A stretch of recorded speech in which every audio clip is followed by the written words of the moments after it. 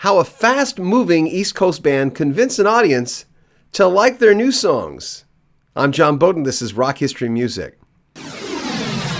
Here's part 3 of our conversation with John Cafferty of John Cafferty and the Beaver Brown Band. They have a brand new greatest hits. There'll be a link at the very top of the description where you can pick it up. I was 23 years old when Eddie and the Cruisers came out, and I loved that movie. Watched the follow-up as well. And that was John Cafferty's voice coming out of Michael Paré as he was playing Eddie. But there's a certain sound that this band has, and they wanted to play new music. There was a point where they thought it's important for us to do our new music, but will our audience really want to hear that? We're a bar band, they want to hear the hits. This is what they did. There was a point, and I saw this in the documentary where, and one of the band members was crediting this to you. He said, well, John at one point wanted the band to not only be a covers band, wanted the band to do to form their own identity. What was the catalyst for you to saying, we got to do our own songs? Well, if when we started our band, there was only a couple of rules to like picking songs for the band, because where we were from, Rhode Island, although we had so many colleges around, and there were tons of clubs to play in, the club owners pretty much wanted you to play the top 40 stuff, which we didn't do. What we did do was we picked out songs that we loved. We picked out songs that we could learn from, and we picked out songs that people may or may not know, but but that had a spirit to them, So we were doing a lot of like early rock and roll, R&B stuff, and just putting our own little twist on it. Because there were bands around our house, like the Jay Giles band, that were doing like a similar type of thing, where they would take old R&B songs and they would sort of, take a different approach with them, and that's what we did. And at a certain point, we knew that in order to move beyond that, we had to turn that stuff into our own songs. So we started writing songs and colored the songs with the sounds of the 50s and 60s, with the sounds of that. So we always wore our hearts on our sleeve as far as influences and stuff, So our songs had the colors of the songs that influenced us early on, and therefore we were able to sneak them into the set without saying that we wrote them. So after a while, we were doing a whole lot of original material, and I don't think the club owners really realized that that's what we were doing.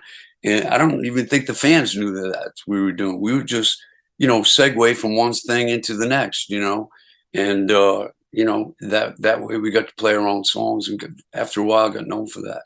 That's genius, man.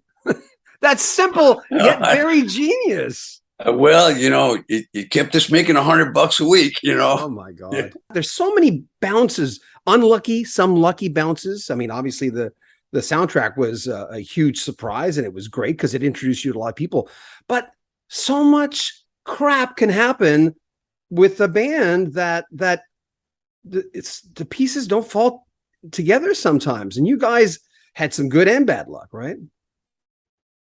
Well,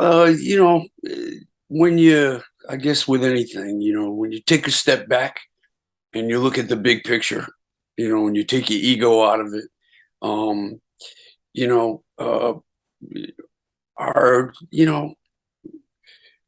our life was bigger than our dreams, really was, and it was, we walked into it for one reason, that, music just made my foot tap. I don't know why.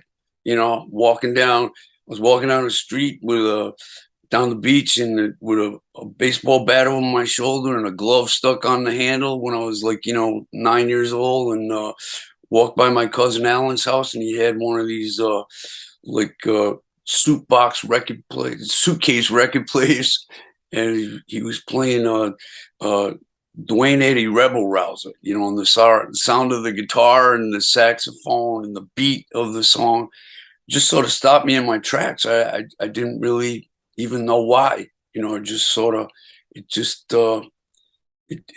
did something to me, And that's the way music was. I wanted to play music after that. I don't know why I did. I just did. It just made me feel better. And that's the choice that we make when we choose to be musicians.